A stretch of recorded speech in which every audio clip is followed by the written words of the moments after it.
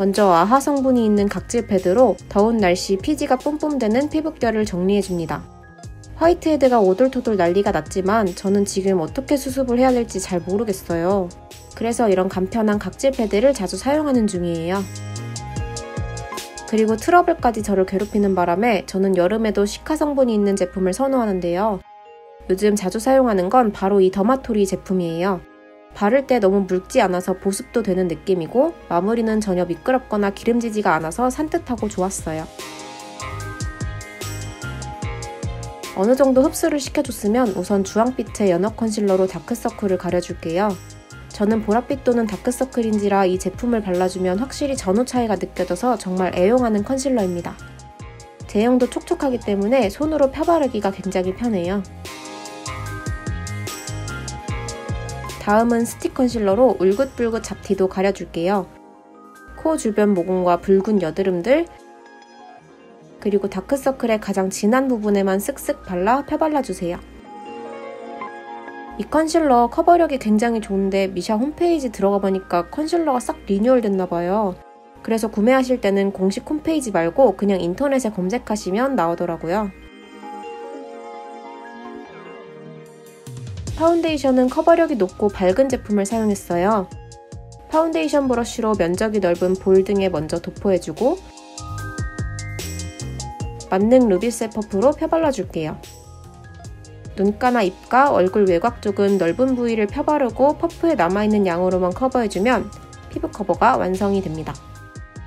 이 VDL 파운데이션 컬러도 다양하고 커버력도 좋아서 진짜 강추하는 제품이에요.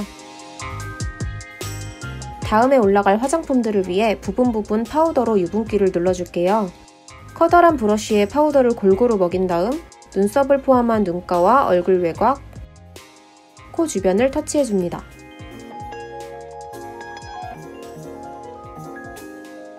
이렇게 파우더를 발라놓은 눈썹에 애쉬한 브라운 컬러 아이브로우 케이크를 사용해줄게요.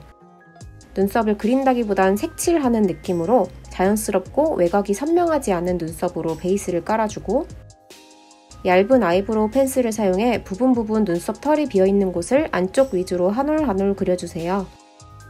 눈썹 털을 꼼꼼히 그려주겠다고 너무 빽빽히 그리면 눈썹이 진해지니까 조심하셔야 돼요.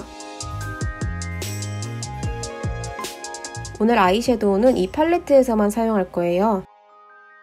이 매트한 핑크 베이지 컬러를 눈두덩이 전체에 선이 지지 않도록 발라줍니다.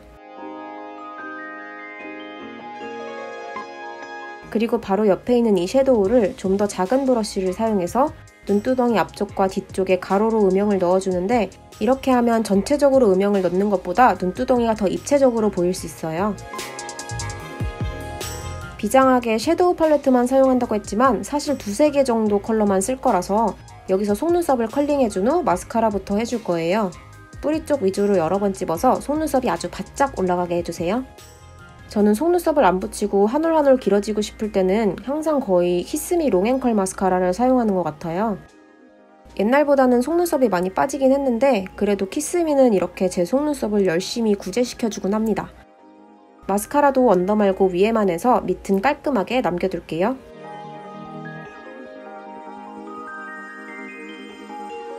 눈 크기를 키우는 1등 공신은 아무래도 아이라이너겠죠. 먼저 블랙 젤 펜 아이라이너로 속눈썹 사이와 점막을 꼼꼼히 메워서 눈매를 선명하게 만들어주고 아이라인 꼬리는 조금 특이한 모양으로 그릴 거예요. 자연스러운 곡선으로 내려주다가 내 눈 뒤쪽 트여있는 부분을 무시하고 더 아래쪽에서 라인을 마무리해주세요. 이런 느낌으로요. 그리고 뒤쪽만 너무 두껍고 무거운 라인이면 부자연스러워 보일 수 있으니 눈 앞쪽도 어느 정도 두께감 있게 채워 그려줍니다. 뒤에만 터주면 눈이 멀어 보이니 앞트임도 살짝 그려주고요.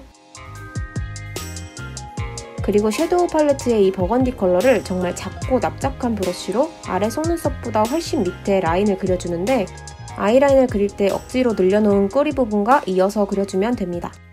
눈 중앙으로 갈수록 속눈썹과 가까워지도록 그려주세요. 너무 선명해서 인위적이다 싶으면 전 단계 사용한 브러쉬로 라인을 좀 풀어줍니다. 이제 열심히 어두운 색으로 밑트임을 해놨으니 언더 점막을 컨실러로 채워서 대비 효과로 눈이 더 트여 보이도록 해줄게요. 이때도 앞과 뒤를 너무 꽉 채워 선명하게 하기보다는 눈동자 중앙까지만 채워주세요. 체리 메이크업에 걸맞게 붉은 글리터를 가져와 봤어요. 언더 점막에 최대한 가깝게 얇은 라인을 그려준 후에 애교살에도 약간 발라 퍼뜨려 줄게요. 근데 아무래도 일상생활에서 레드 글리터는 활용이 좀 힘들다 보니까 이 컬러가 단종됐나 보더라고요. 이 컬러보단 로즈 계열이 더 데일리로 좋을 것 같으니까 참고해주세요. 아이 메이크업 마무리로 아이브로우로 애교살을 쓱쓱 만들어주고 나면 눈이 이렇게 커지게 됩니다. 양쪽 다 메이크업 해주면 이런 느낌이에요. 이제 복잡한 과정은 끝났으니 얼굴 윤곽을 잡아보도록 할게요.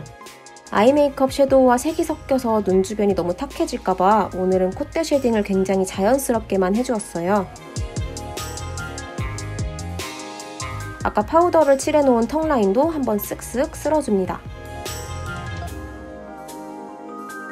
입술은 이름도 상큼한 페리페라의 체리 주스라는 틴트를 사용해줄 거예요. 사실 저는 워터 타입 틴트는 거의 사용하지 않는데 제 입술에서는 안쪽에만 발색이 되더라고요. 그래서 바깥쪽에도 착색이 조금이나마 되도록 바깥쪽에 여러 번 덧발라줬어요. 그래도 여전히 선져 있는 게 보이죠? 틴트가 마르면 위에 립 오일을 덧발라서 체리무스 케이크의 탱글함을 표현해줄게요. 도톰한 봉으로 입술 전체를 코팅해주면 마치 체리무스 케이크의 윗부분처럼 젤리 같은 질감의 입술이 완성되었습니다. 립 오일이지만 광택감이 좋아서 저는 립글로즈로 매번 활용하고 있어요. 좀 끈적임은 있는 편이에요. 파우더 타입 블러셔를 사용해주기 전에 방금 전에 썼던 체리 주스 틴트를 앞볼에 콕콕 찍어 펴발라줍니다.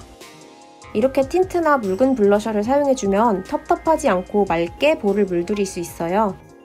좁은 부위에 블러셔를 해줄 거라서 너무 얼굴 외곽으로 블러셔가 넓게 퍼지지 않도록 주의합니다. 마무리로 나스 블러셔 익지빗 A 저렴이라는 핑크기 쫙 빠진 레드 블러셔를 발라줄게요. 이게 발색이 엄청 잘 되기 때문에 진짜 조심해서 브러쉬에 아주 소량만 남도록 많이 털어주셔야 돼요. 틴트 바른 곳을 중심으로 동그랗게 퍼져나가도록 조심조심 두드려주고 너무 블러셔가 넓어졌다 싶으면 파운데이션을 발랐던 퍼프로 주변을 약간 두들겨 눌러주고 나면 달콤한 체리무스 케이크가 생각나는 메이크업 완성입니다. 이번 영상도 재밌게 보셨나요? 날씨가 많이 더운데 다들 건강 유의하시고요. 다음 영상에서 꼭 다시 만나요. 안녕!